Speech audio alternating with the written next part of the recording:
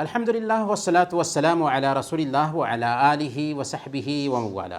پیارے بھائیوں اور دینی بہنوں، السلام علیکم ورحمۃ اللہ وبرکاتہ۔ آئیں اپنا دین سیکھیں کورس میں آپ سب کا استقبال ہے۔ نماز کے واجبات کیا ہیں؟ نماز کے واجبات 8 ہیں۔ نماز کے واجبات 8 ہیں۔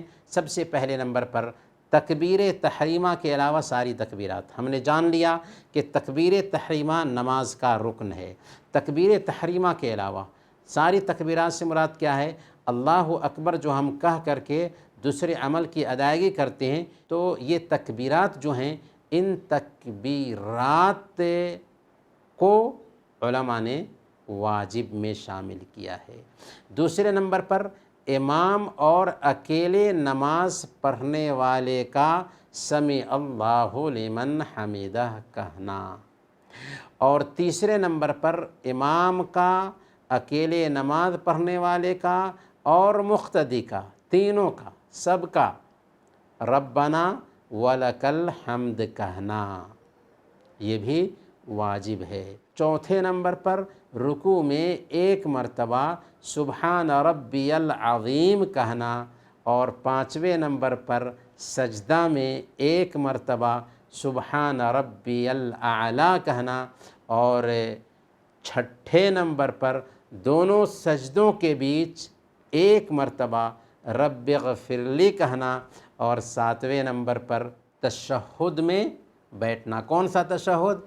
پہلے تشہد میں بیٹھنا، کیونکہ آخری تشہد نماز کے ارکان ہیں جو ہم جان چکے ہیں۔ تو پہلے تشہد میں بیٹھنا، اور 8ویں نمبر پر پہلے تشہد میں بیٹھ کر تحیات پڑھنا۔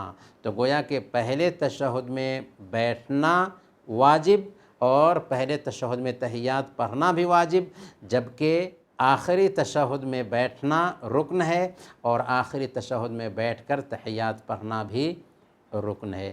تو چلیے دوبارہ سن لیتے ہیں۔ تکبیر تحریمہ کے علاوہ بقیہ ساری تکبیرات۔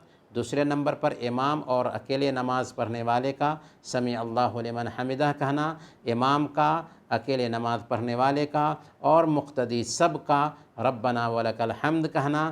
چوتھے نمبر پر رکوع میں 1 مرتبہ سبحان ربی العظیم کہنا، اور 5ویں نمبر پر سجدہ میں 1 مرتبہ سبحان ربی الاعلیٰ کہنا۔ تو گویا کہ اگر 1 مرتبہ سے زیادہ کوئی کہتا ہے تو یہ واجب نہیں ہوگا بلکہ سنت ہوگا۔ 1 مرتبہ کہنا واجب ہے۔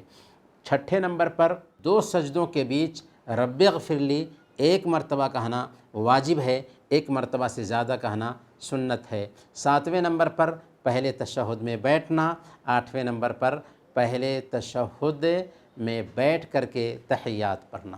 یہاں پر ارکان اور واجبات کے فرق کو بھی ہم سمجھ لیتے ہیں کہ رکن اور واجب میں فرق یہ ہے کہ رکن کسی بھی صورت میں معاف نہیں ہوتا، چاہے جان بوجھ کر کے چھوڑ دیں، چاہے نہ جاننے کی وجہ سے چھوٹ جائے یا بھول چوک سے چھوٹ جائے، ہر حالت میں اسے ادا کرنا ضروری ہوتا ہے۔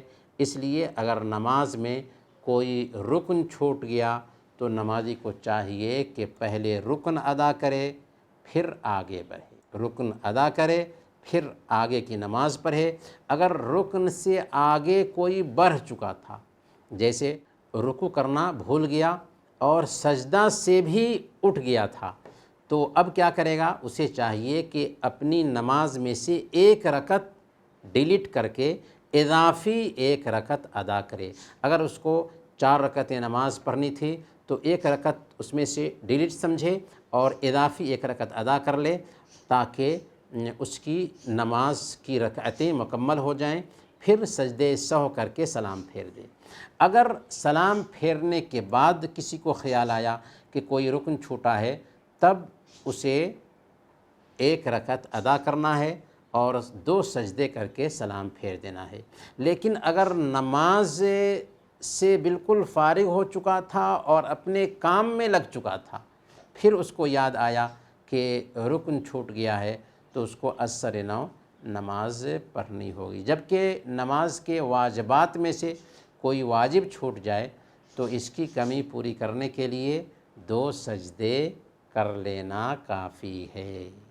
2 سجدے اگر کر لیتے ہیں تو نماز کے واجبات کی کمی دور ہو جائے گی۔ اللہ تعالیٰ سے دعا ہے کہ اللہ تعالیٰ ہم سب کو سنت کے مطابق نماز ادا کرنے کی توفیق عطا فرمائیں۔ آمین۔ وصلی اللہ علی نبینا محمد وعلی آلہ وصحبہ اجمعین۔